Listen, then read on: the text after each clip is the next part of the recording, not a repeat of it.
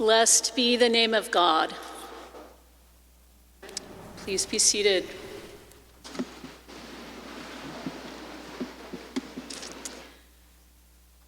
Vipers, winnowing forks, unquenchable fire. If this is John the Baptist's idea of good news, I don't really want to hear the bad news. And yet, the author of Luke's gospel tells us that John did proclaim good news to the people. And let's remember, the people in Luke's gospel are generally those on the margins. One author describes them as the last, the least, the lost, the little, and the dead. Examples in the story today are the tax collectors who made their profit by squeezing their neighbors on behalf of Rome, and soldiers, not necessarily Roman or Gentile, but more likely Jewish thugs hired by Herod, who earned their way by extortion and threat, because of course they were paid very little.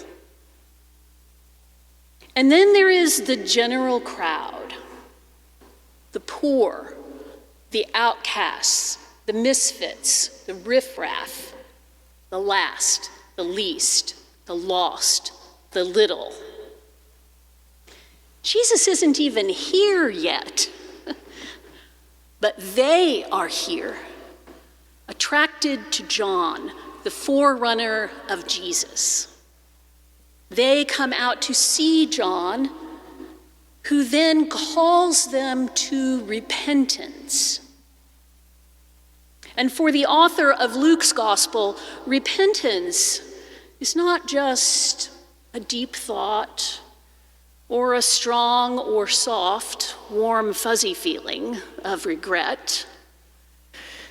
It means concrete acts of change that then can result in completely recalculating the course of one's life. Those gathered to hear John that day, they began to get an inkling about this, and they each land upon the question of discernment, the question which we all carry around within us, and upon which our lives can turn, sometimes over and over and over across our lives. And what's the question? What then should I do? What should I do?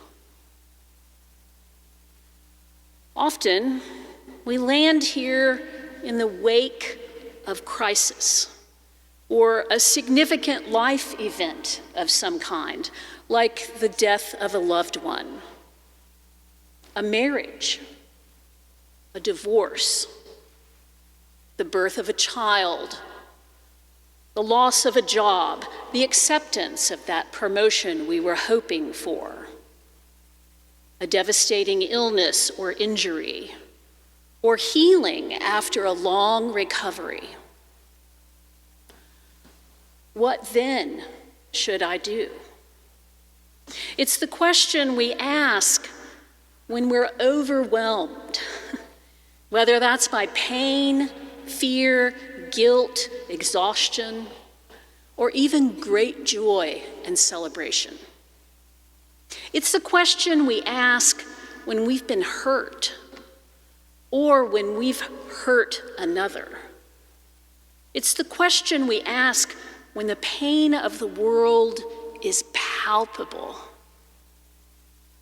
when those we love are hurting, or when we are faced with the complex difficulties of living in this world. What then should I do? It is a question of action, of making a choice or many choices. It's also, perhaps more deeply, a question of being. A question that reflects on who we were, who we are, and who we are becoming. What we do says something about who we are and what we value. When we ask, "What should I do?" we're often asking, "Who am I?" And who am I being called to be? In the gospel today, John points out that our doing and our being mirror each other. The crowd, the tax collectors, and the soldiers all ask John, "What should we do?"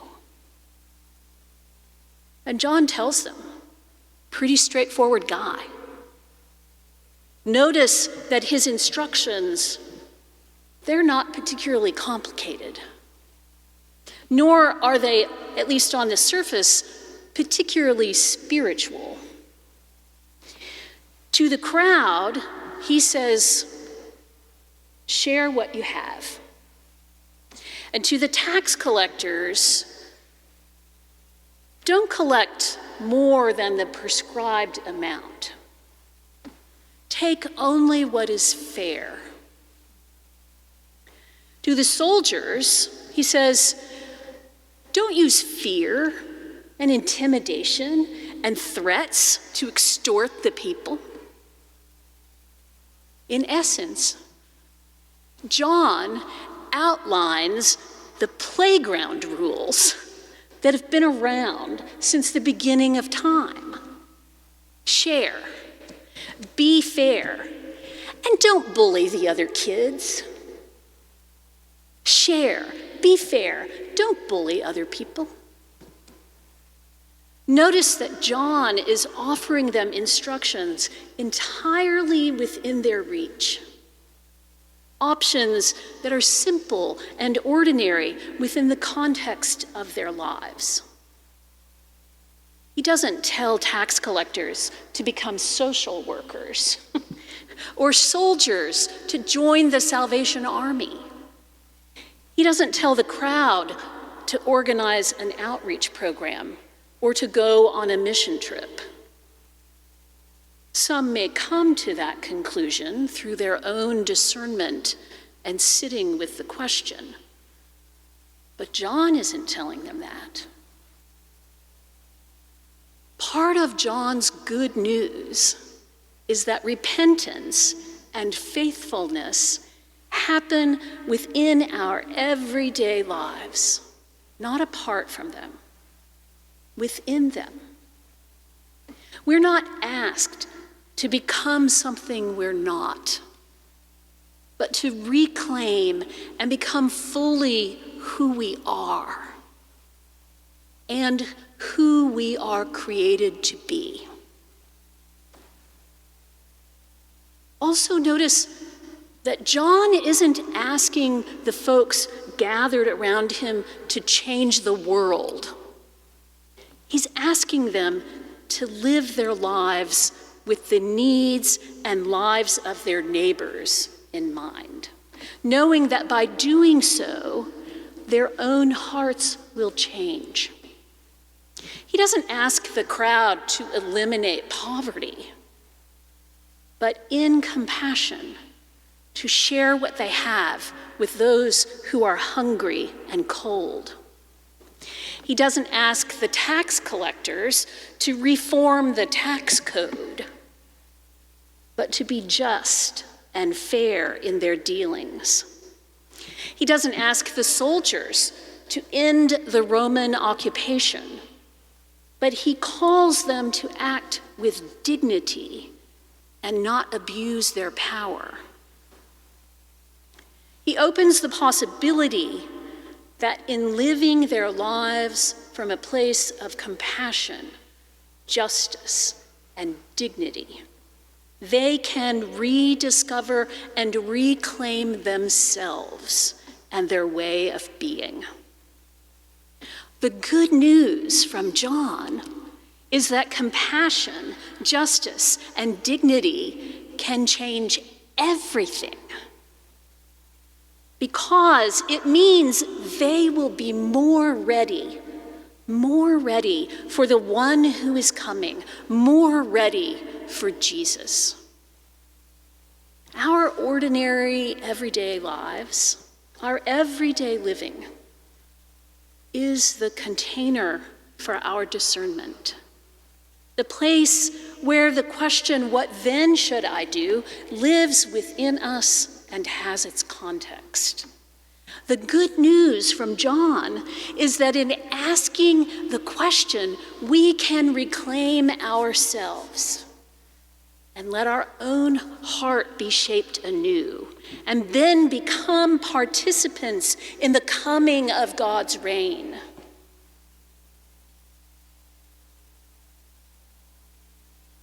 The pain of the world is pretty overwhelming right now.